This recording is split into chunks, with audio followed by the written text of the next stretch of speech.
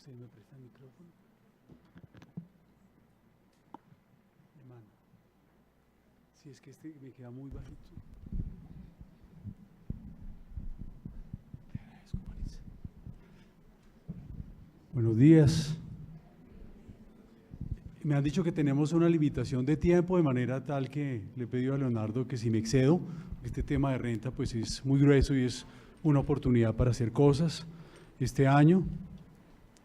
Me avisen y pararía. La presentación para hablar temas de impuesto sobre la renta, básicamente la dividido es un mensaje si se necesita o no la reforma tributaria, impuesto sobre la renta, impuesto sobre dividendos y unos comentarios relacionados con haber tomado las referencias a CENIF y algunos temas de impuesto sobre la renta. 15 temas de impuesto sobre la renta. Yo empiezo con un mensaje. Uno es un tema de agradecimiento y admiración a la doctora Gloria Nancy Jara, porque hace como 3 años que tuvimos la primera sesión, yo veía mucho entusiasmo y me he dado cuenta que el entusiasmo que ella tiene, que en un cargo como el que ella tiene supera muchos obstáculos, da resultados foros como estos. ¿Cuántas personas están conectadas en línea? ¿Cuántas personas están en línea? 600, ok. Inclusive creí que podía haber sido más porque este tema que estamos viendo es vital. Entonces, ese comentario es como una prueba de que cuando uno hace las cosas bien, pensando en el bien común y de buena fe, va produciendo resultados como estos. Y para ustedes, digamos, como contadores públicos y un poco en línea con lo que decía el doctor Plaza, yo creo que es muy importante lo siguiente para los contadores públicos. La presión en el trabajo de ustedes con el volumen del cumplimiento es gigante, mucho más trabajo y realmente los clientes no lo quieren pagar. En un año tan difícil como viene ahora, es muy probable que el próximo año la discusión de algunos de ustedes vaya a ser a pedir si acaso la inflación, algún cliente, esto está muy difícil, ni te aumento. ¿Cómo cambia uno eso? Uno tiene que reconocer que realmente los clientes no perciben mucho valor en el tema del cumplimiento. Eso es así, es doloroso, esa es la realidad. ¿Cómo lo hago yo? Lo que hago yo es cuando yo digo, bueno, además de que yo te ayudo con el cumplimiento, tus declaraciones bien liquidadas, tus medios magnéticos bien liquidados, tus pagos oportunos, es a partir de yo te doy valor agregado. Entonces, un poco la finalidad de mi presentación es eso, siguiendo el ejemplo de que uno ve lo que se ha convertido la Defensoría del Contribuyente en Colombia, que cada vez hace más capacitación, cada vez hace más presentaciones, intervenciones en beneficio del contribuyente y los actores de la arena tributaria. Ustedes como contadores públicos, si se quedan en el tema del cumplimiento, la discusión con el cliente siempre será la inflación, yéndonos bien. Si ustedes comienzan a decir, oye, se me ocurrió esto, el cliente va a decir, este contador público que me está asesorando, que entre los límites de la ley. Yo ahora molestaba a la doctora Claudia, que le decía, doctora Claudia, además de los contadores, también los abogados tratamos de que se cumpla. Ya me dijeron, es que tengo un foro de contadores, pero tomando el pelo hay que trabajar por portarse correctamente, hacer las cosas correctamente en todos los sentidos. Si eso lo hacemos todos en el espacio individual, vamos a mejorar. Entonces, como país, arranco con el primer tema y tiene que ver con lo siguiente. Cuando uno ve las cifras de la exposición de motivos, ve que gran parte de la expectativa de recaudo, especialmente los primeros 2 años, están concentradas en el impuesto sobre las ventas. De manera tal que si esa cifra fuese así, que 8 billones de recaudo en IVA y neto de otras cosas, el recaudo esperado de esta reforma es, números gruesos, 7 billones de pesos. El 13 de octubre un foro en la Universidad Sergio Arboleda, y digamos que en uno de los paneles estaba María Rosario Guerra del Centro Democrático y Antonio Navarro Wolf del Polo Democrático, digamos antagonistas, y coincidían en que no se debe subir el IVA. Entonces yo decía, bueno, si estos que son, no se debe subir el IVA, pero si no se sube el IVA y si nos quedásemos con las cifras que se habla en la reforma, pues básicamente la fuente de recaudo no se haría.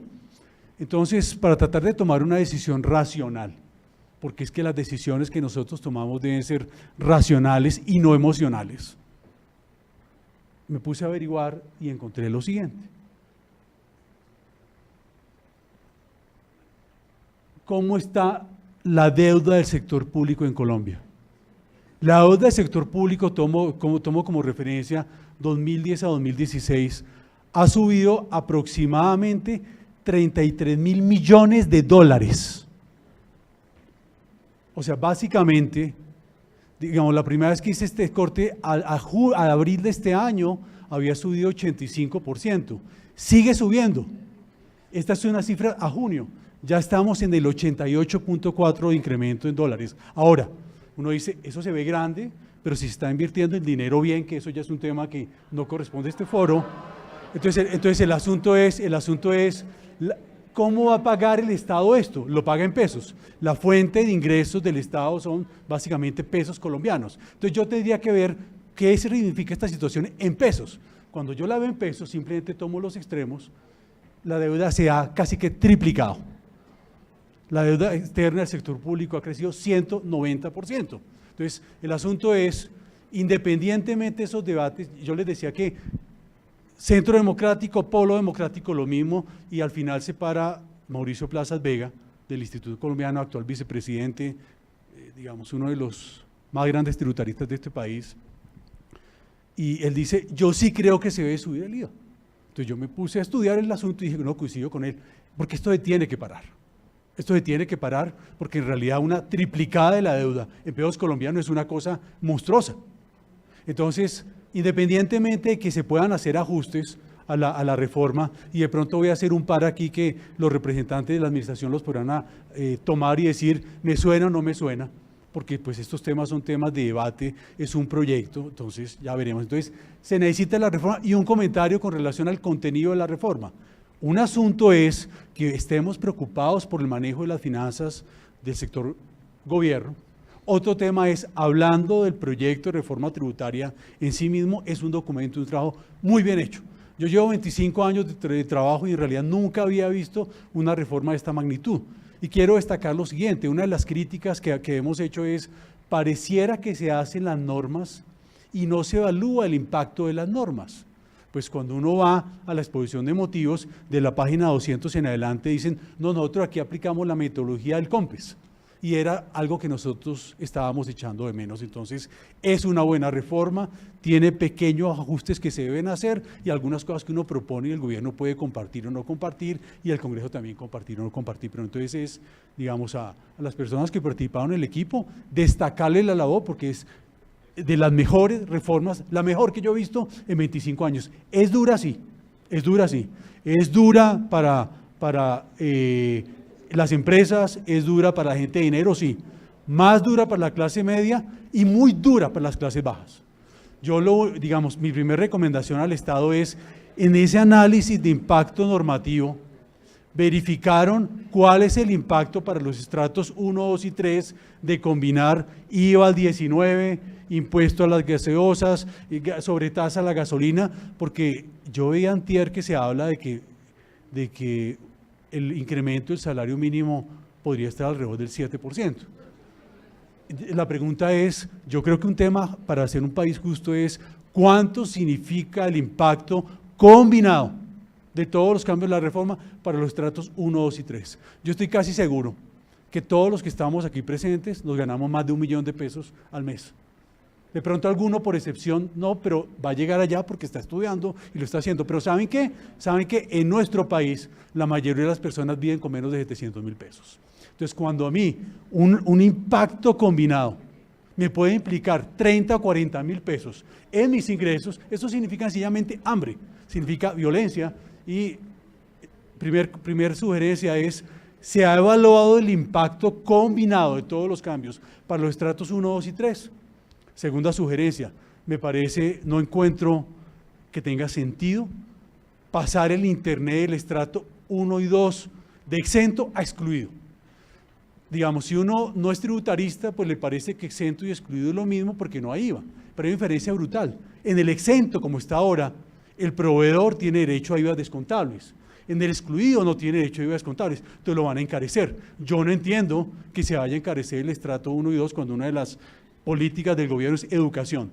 Y tampoco creería que se va a mantener la bajada de cuantía en los computadores, porque esa combinación de encarecer el Internet y ya pueden acceder a computadores de menor calidad sin IVA, pues restringe la educación y tenemos que hacer un mejor país a partir de que la gente lo pueda hacer. Entonces, dos comentarios, resumido es, ¿se ha analizado el impacto combinado de todos estos cambios para los estratos 1, 2 y 3? Segundo, revisar por qué se está haciendo el cambio de Internet de estratos 1 y 2 de exento a excluido.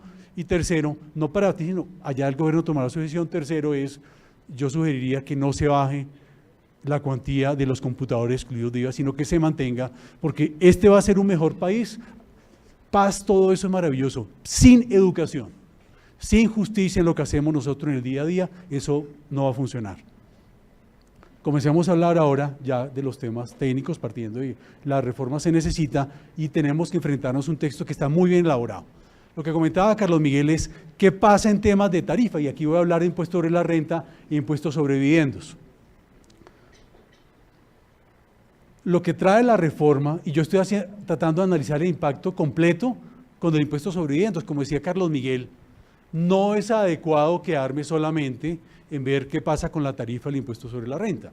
Tengo que ir hasta ver qué pasa sobre los dividendos, porque sencillamente si yo soy un individuo y yo tengo dos posibilidades de inversión, tengo 10 millones de pesos y tengo dos posibilidades, hago un CDT y el CDT me llega y yo pago a cierta tarifa de acuerdo con la tarifa escalonada que me corresponda.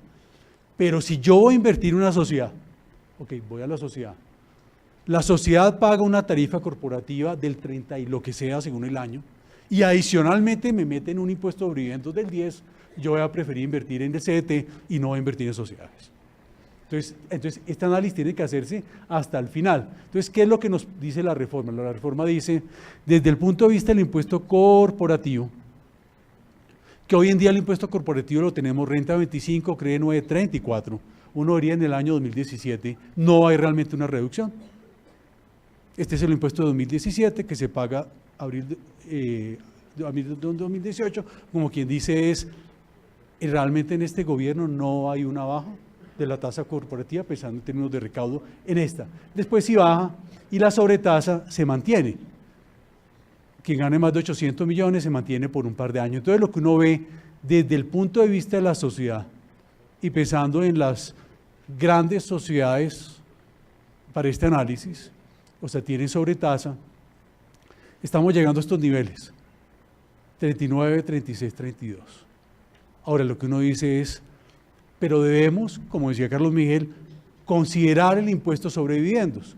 La norma dice es, mira, si la compañía distribuye a sociedades nacionales, ahí no hay impuesto sobre dividendos. Entonces, aquí, si el accionista es la compañía productiva, el primer nivel de accionistas son sociedades nacionales, no hay impuesto sobre dividendos. ¿Cuándo se genera el impuesto sobre dividendos? Cuando se va al siguiente nivel. Al siguiente nivel o el dividendo se distribuye a sociedades del exterior o se distribuye a personas naturales. Entonces, aquí se genera, entonces, digamos, lo que va a ocurrir con la tarifa combinada nominal, o sea, lo que da las tarifas teóricamente consideradas, tenemos que la tarifa del año 2017 está en 39, estaba a pensar que subiría al 42, está bien, pero frente al 40 que tenemos en 2016 no es mucho el cambio. Si vemos 2018 y le combinamos el impuesto sobre dividendos a este nivel, cuando sale del país o a personas naturales, sobre el resultado neto, porque una compañía tiene utilidades por 100, paga impuesto, distribuye el neto, nos da una tarifa de 42.4 y en 2019 ya bajaría a 38.4. Alguien diría, lo mencionó Carlos Miguel Chaparro, hay una norma transitoria, el artículo 8 que dice, este impuesto sobre dividendos es aplicable a utilidades generadas a partir del año 2017. Y ahí yo me podría quedar tranquilo. O de pronto no, ahorita lo veremos y les voy a explicar a qué me refiero. Pero la verdad de las cosas es lo siguiente, en mi visión, el impuesto sobre dividendos no va a ser realmente muy efectivo. ¿Por qué? La persona que tiene mucho capital tiene una estructura de sociedades. Entonces, ahí se quedan las sociedades, entonces no se causa. El extranjero va a entrar vía un país por convenio. Yo entro vía España, entro vía Suiza, el convenio bajo ciertas condiciones, normalmente una propiedad de más del 20%, directa o indirecta en algunos tratados, en otros tiene que ser directa, van a seguir entrando. Entonces, el extranjero tampoco lo va a pagar. Entonces, la persona de gran capital no lo paga porque tiene estructura. El extranjero no lo va a pagar porque va a entrar por país con convenio. Entonces, la pregunta es, ¿solamente lo va a pagar el pequeño inversionista, la persona natural? Pero acaba de hacer el análisis que yo les dije, yo mejor invierto en un CDT. Entonces, mi recomendación sería en materia de impuestos sobre dividendos al gobierno es, uno, si queremos realmente generar recaudo, debería llevarse al primer nivel, como lo proponía la comisión de expertos. O dos, lo que sería mi recomendación, no metan el impuesto sobre dividendos todavía, porque no va a producir un recaudo efectivo, pero desde el punto de vista de la evaluación del inversionista extranjero, esto es lo que él va a ver. Entonces, cuando él ve eso, la realidad, si uno le explica y quiere estudiar y tal, y tiene una discusión con una persona que tiene impuestos, uno le va a decir, mira, realmente tu tarifa se va a bajar al 32, no es 38.4, porque vamos a entrar a Colombia a través de España, Suiza, Canadá, etcétera, etcétera, que me permita manejar esta situación. Pero realmente en este análisis, cuando ellos hacen sus presentaciones es Perú va a una tarifa más baja, Colombia va a esta tarifa tan arriba. Entonces lo que digo es, o el impuesto sobre dividendos no puede volverse solamente un mensaje, o es, ¿se quiere que sea efectivo? O no hagamos ese mensaje, porque ese mensaje realmente tumba el buen efecto que se está buscando a partir de 2019, que ojalá el siguiente gobierno lo pueda soportar. Y recuerden cómo comenzamos viendo la escalada de la deuda externa. Primer mensaje, el impuesto sobre dividendos como está, se está volviendo poco efectivo. Estructura de sociedades holding, que tiene capital, o alguien inclusive más pequeño. Yo tengo mi empresa paga su impuesto corporativo, y cuando me llega a mi persona natural, pues yo ahí tendría que pagarlo. Ah, no, pues yo ¿qué voy a hacer? Yo lo que hago ahorita es, tengo la empresa A, cojo y creo una intermediaria. Entonces mi empresa A productiva paga su impuesto, llega a la B, llega como ingreso no grabado y desde ahí saco la plata. Y no tengo ningún efecto, no tengo ningún riesgo tributario porque ese es un ingreso no constitutivo de renta si pagó el impuesto corporativo. Entonces lo que uno dice es, o lo hago efectivo o lo quito porque no estoy permitiendo dar un buen mensaje, un mensaje claro a la inversión extranjera de que se baja la tarifa. La realidad va a bajar a esto, gracias a los convenios, pero lo que uno tiene que comenzar hablando es de esto, y eso a los extranjeros le genera mucha incertidumbre. Resulta que, hablando de impuestos sobre dividendos, yo tengo una sociedad operativa, y resulta que mi sociedad operativa paga el impuesto que corresponde. Y se reúne en marzo del 2017, aprueba los estados financieros 2016, y uno diría, tanto hacia el exterior como hacia Colombia, no hay impuestos sobre dividendos por el artículo 8 del proyecto de reforma, que es una norma de transición. Y esa norma de transición lo que dice es, el impuesto sobre dividendos aplica a utilidades generadas a partir del año 2017. Como para esta compañía, ¿qué es lo que hace esta compañía en su asamblea de marzo de 2017? Distribuir utilidades del año 2016. Está acogida por la excepción. De manera tal que si el dinero sale directo del país o llega a la persona o llega a la persona natural, perfecto, porque es generada en el año 2016. Pero ¿qué pasa si hay otro nivel de accionistas? También Carlos Miguel lo mencionó, es mucho cuidado con esto porque en realidad alguien dice, no, tranquilo, es del año 2016, es de 2016 para esta. Pero el nivel arriba, ¿cuándo recibe el dividendo el siguiente accionista? 2017, es utilidad del año 2017. Ya no hay el beneficio de la norma transitoria. ¿Qué puede hacer uno entonces en ese sentido? Lo que uno puede hacer es, si yo quiero subir el 0%, un nivel más, digamos que hay compañías en las cuales lo hemos subido 2 o hasta 3 niveles más, lo que yo hago es una reforma de estatutos para cambiar el corte de estados financieros, de manera tal que si si yo hice una reforma de estatutos en el mes de octubre para adoptar corte de estados financieros bimestrales, entonces mi compañía se reúne en noviembre con el estado financiero a octubre y distribuye. Logré subir un nivel más, el 0%, porque aquí la compañía operativa es del año 2016, aquí es 2016, pero este siguiente nivel, ¿de cuándo lo recibe? Lo recibe también como el año 2016, sigue cobijado por la norma de transición. Inclusive uno podría subirlo más niveles, en lo cual, si esto lo hice desde antes, si esto lo hice desde septiembre, o alguien que dice es, como la reforma a los estatutos debe ser para corte de estados financieros periódicos, exige el Código de Comercio, pues hay compañías que dicen, y yo lo quiero subir 3 niveles más, y hago un corte de estados financieros quincenal. Después ustedes dirán, uy, qué locura. No, no es una locura, porque después, antes del siguiente corte, vuelvo y me reúno y vuelvo a adoptar corte de estados financieros anual. Pero logré llevar la norma de transición 2 o 3 niveles más arriba. Vamos a hablar ahora de renta. El tema NIF y 15 comentarios puntuales, porque el tema de renta realmente los cambios son fuertes. Yo lo que diría es, en mi opinión, respetuosa, reconociendo como comencé un buen trabajo, la reforma per se no es estructural, pero sí es estructural en renta. El mundo cambió renta completamente y me parece bien. Y en IVA, yo hubiera preferido que se acercase más a la comisión de expertos, pero me imagino que políticamente se consideró que tal vez no era el momento. Pero en IVA hicieron un par de cambios sencillos en términos de la escritura, gigantes en términos del recaudo que puede producir. Ampliaron el hecho generador a inmuebles e intangibles, estableciendo una exclusión para inmuebles, excepto vivienda nueva de más de casi 800 millones, y adicionalmente servicios desde el exterior. Esos dos cambios me parecen geniales, pensando en lo que tal vez el mandato al equipo que preparó la reforma es pequeños cambios que produzcan efecto. Realmente mi sentimiento es el siguiente, en las cifras que presenta el Estado, habla un recaudo de 7 billones netos. Yo creo que en realidad le están apuntando a más, porque los cambios en renta son muy fuertes. Entonces arranquemos hablando con el tema NIF.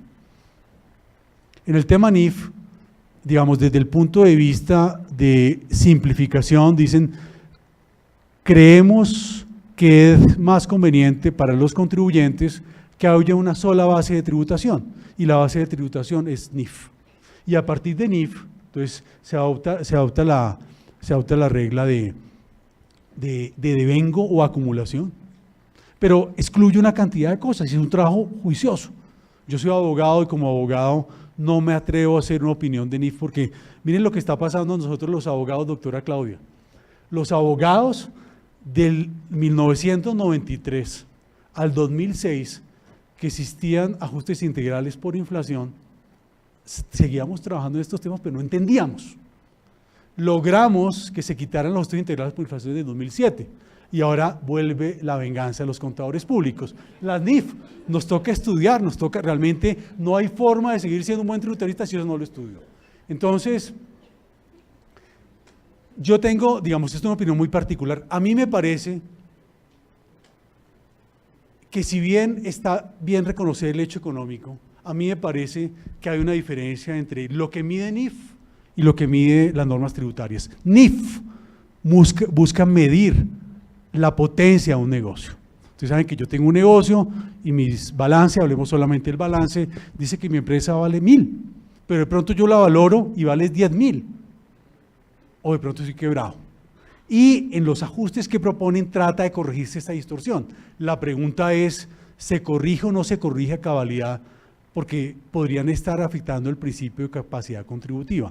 En esa capacidad contributiva que menciona acá, no me quiero meter en este escenario porque es muy delicado. Me preocupa mucho, y sobre la base de lo siguiente, es como se necesita la reforma, tenemos que ayudar a la reforma.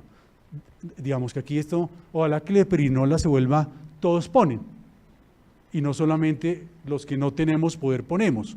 Entonces el asunto es, desde el punto de vista del principio de legalidad o reserva de ley, ¿cuál es mi preocupación? Y voy a hacer una recomendación para lo que creo que en ese podría ser la solución. y es que el poder tributario lo tiene el Congreso de la República. No puede haber impuestos sin representación. Los impuestos los tiene que aprobar los órganos colegiados que son elegidos popularmente. Entonces, cuando uno ve la reforma, uno ve que la reforma trata de cuidarse en eso y trae algunas menciones en el artículo 13 y en el artículo 121, cuando modifica el artículo 290, mete unas reglas. Sin embargo, yo tengo la siguiente preocupación porque el doctor Pla esta mañana aclaraba lo siguiente, es si el IASB trae modificaciones, esas modificaciones solamente se incorporan a la legislación colombiana cuando los adopte un decreto. Sí, entonces perfecto, uno diría, no, líder, puede decir lo que sea mientras no lo adopte, pero ¿cuál es el problema? Cuando lo adopte el decreto, ¿quién emite el decreto? El gobierno. Y el gobierno no tiene poder tributario. El gobierno tiene iniciativa tributaria por constitución política, la iniciativa en todos los temas relevantes, porque nuestro régimen es presidencial, el que escogimos hace muchos años y se fortaleció con la Constitución del 91, tiene la iniciativa, pero el poder lo tiene el Congreso. Entonces mi preocupación es que se diga, como esto puede incidir en el criterio de devengo o acumulación, afectarme ingresos, costos o gastos, por una decisión en la cual el gobierno adopta una regla del IASB, uno diría, ojo, mi temor, y es una recomendación para que esta reforma sea sostenible, esto sería un problema muy grande donde esto llegase a ser declarado inconstitucional. Y ustedes saben, y en CMS me dirán, la reforma se ha presentado y para abril ya tiene 10 demandas. Nosotros nos gusta litigar, los abogados aquí estamos muy desocupados.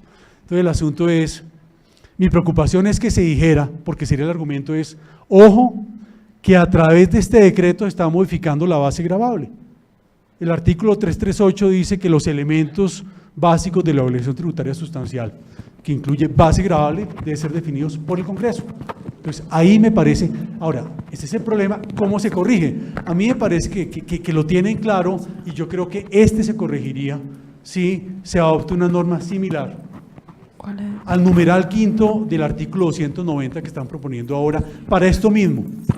Alguien podría decir, no me parece necesario porque el tema de la flexibilidad o no frente a este principio de reserva de ley se ha venido volviendo un poco laxo, pero a mí me parece que ese riesgo no lo puede coger el gobierno. Entonces, si yo tomase un numeral parecido a ese 5 de la actual propuesta del artículo 290, para decir que también los cambios que adopte el gobierno nacional se tendrán efectos tributarios una vez sean adoptados por ley de la República, rompería, en mi opinión, el riesgo de inconstitucionalidad frente a reserva de ley. El de capacidad contributiva tiene otro tipo de análisis que excedería lo que estamos hablando acá. Entonces, digamos, me parece que tratar de unificar está bien y el único riesgo que está asumiendo, si se corrige el de reserva de ley, estar seguro que no estamos afectando capacidad contributiva.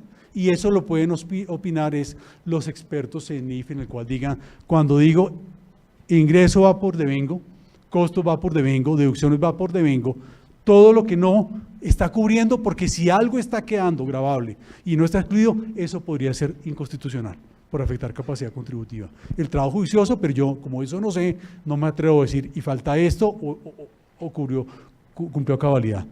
Vamos ahora sí a hablar de impuesto sobre la renta de fondo.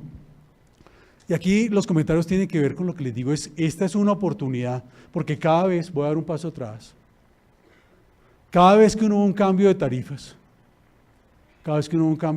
sobre todo en empresas que tengan sobretasa, lo que uno dice es, las deducciones que yo tengo derecho, ¿las acelero o no las acelero en 2017? Porque es que aquí cuando les vaya a hacer deducción de impuestos más adelante, va a darme menos. Un gasto de 100 a una tarifa de 39 me da menos ahorro que un gasto de 100 a una tarifa de 32. Entonces, cada vez que cambio de tarifas, uno va a decir, yo tengo una oportunidad aquí de tomar decisiones, de acelerar gastos, ahora que las tarifas están altas. Entonces, en materia de procesión, 3 comentarios. La vida útil. Nosotros estamos acostumbrados que la vida útil la define el reglamento sigue 5, 10, 20. Eso se acabó. La vida útil se establece de acuerdo con tablas, estudios técnicos, tablas de uso o la opinión de un experto. Entonces quiere decir que cada compañía va a tener su vida útil diferente. Lo que sí trae es que el gobierno tiene que emitir un decreto reglamentario para hablar de tasas máximas de depreciación. Ya los dos conceptos que para nosotros era lo mismo, porque yo decía, bueno, si yo deprecio a 10 años, quiere decir que mi capacidad de depreciación es 10% año, si es a 5 años 20%, si a 20 años 5%, eso se cindió. La vida útil es una cosa, la tasa de depreciación es otra, y digamos que cuando uno ve estos rangos, uno diría, bueno, si la depreciación puede ser hasta 33 en el reglamento, quiere decir que depreciación a 3 años, computadores, de pronto vehículos, está bien. La del 3, la del 4% ya me estaría llevando bienes a 25 años. Ese es un tema que no estoy en capacidad de juzgar porque apenas es una potestad del gobierno. Lo que sí veo delicado es que dice, y si no reglamenta, será máximo 5% anual. O sea que si no reglamenta, y nosotros estamos llenos de experiencia con el gobierno, la depreciación quedó limitada a 20 años. Todos nos lo van a mandar a 20 años. Entonces, por eso yo digo, yo creo realmente, no sé si no lo miró la exposición de motivos, pero yo creo que la reforma está pensada para recaudar mucho más de 7 billones de pesos. ¿Por qué? Porque es que solamente hablando del hueco de la renta petrolera, de 23.8 billones, la pregunta que uno se haría es, si queremos parar la crecida de endeudamiento, si generó la reforma 7 millones netos de recaudo y el hueco es de 24 billones por cerrarlo, los otros 17 ¿de dónde salen? Yo creo realmente con este tipo de medidas que está pensado en recaudar mucho más. Creo que hay que hacerlo porque no podemos perder el grado de inversión. Yo la semana pasada leí un artículo de Juan Ricardo Ortega que decía, si perdemos el grado de inversión, nos vale 5 billones en intereses. Ayer escuché al ministro que 4 billones, 5 o 4, que dijo ayer el ministro. Yo digo, ¿sabe qué? Metámonos todos la mano al drill. Todos ponen gravamen en las pensiones altas, por ejemplo, y otro tipo de cosas porque todos tienen que poner, aquí no pueden ser los mismos de siempre.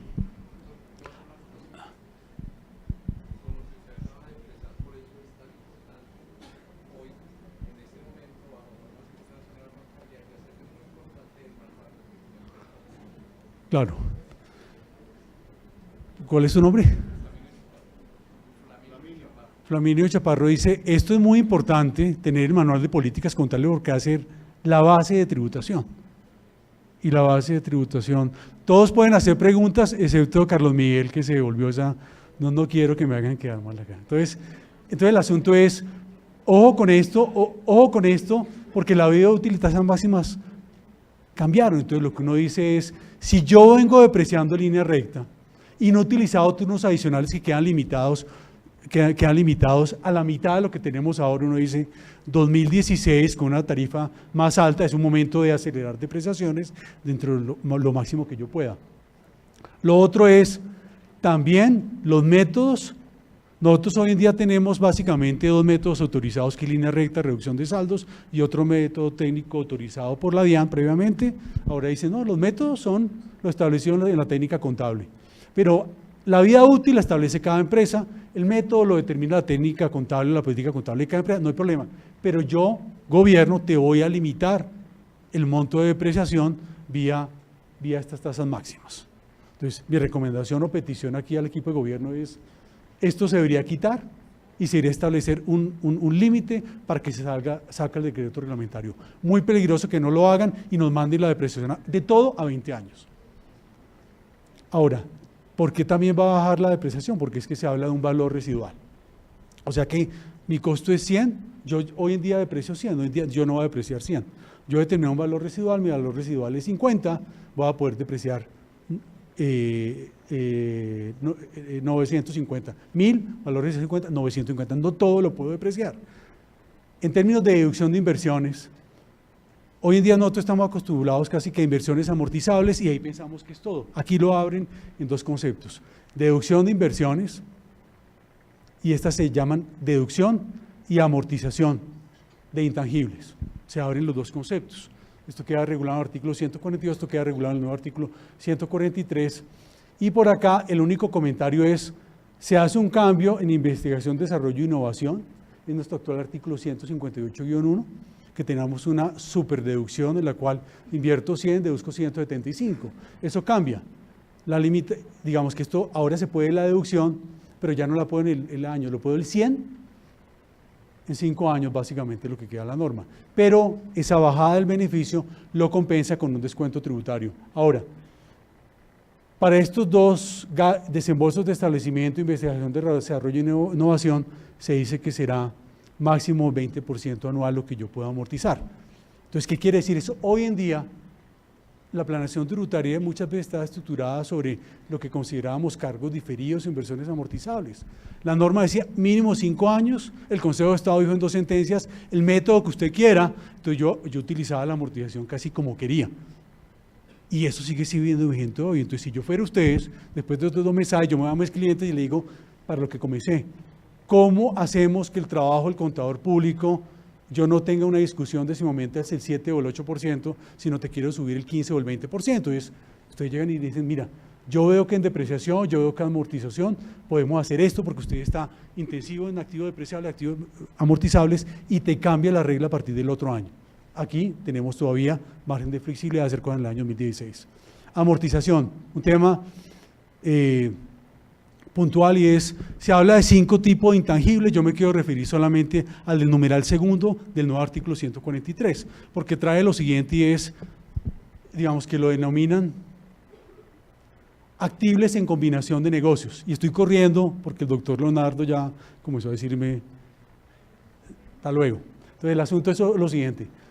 Cuando yo voy a vender un negocio, yo lo puedo vender de una de 2 formas. Yo digo, quiero vender mi restaurante tiene el inmueble,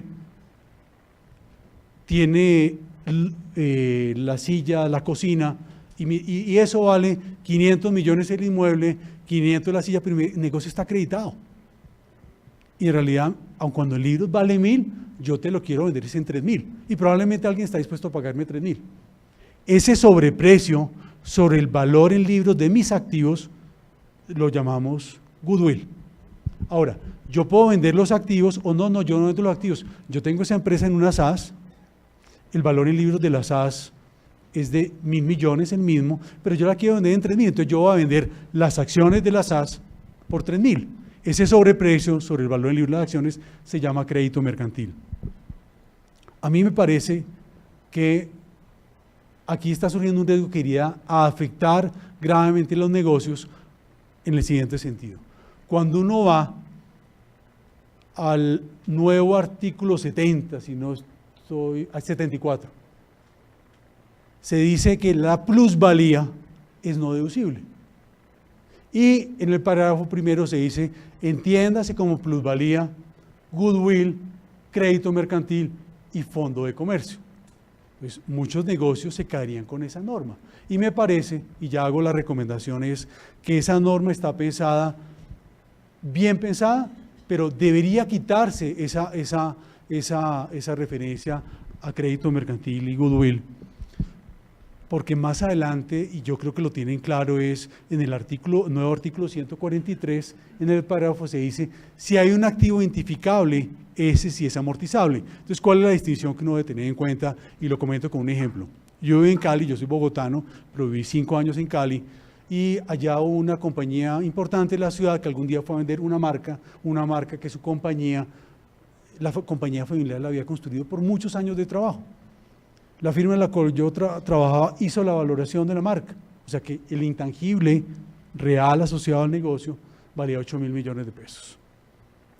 El gerente de la compañía, señor muy prestante de la ciudad, que había trabajado para esa familia durante muchos años, dijo, yo para vender esta marca emblemática de la familia, la vendo al que me dé más de 10.000.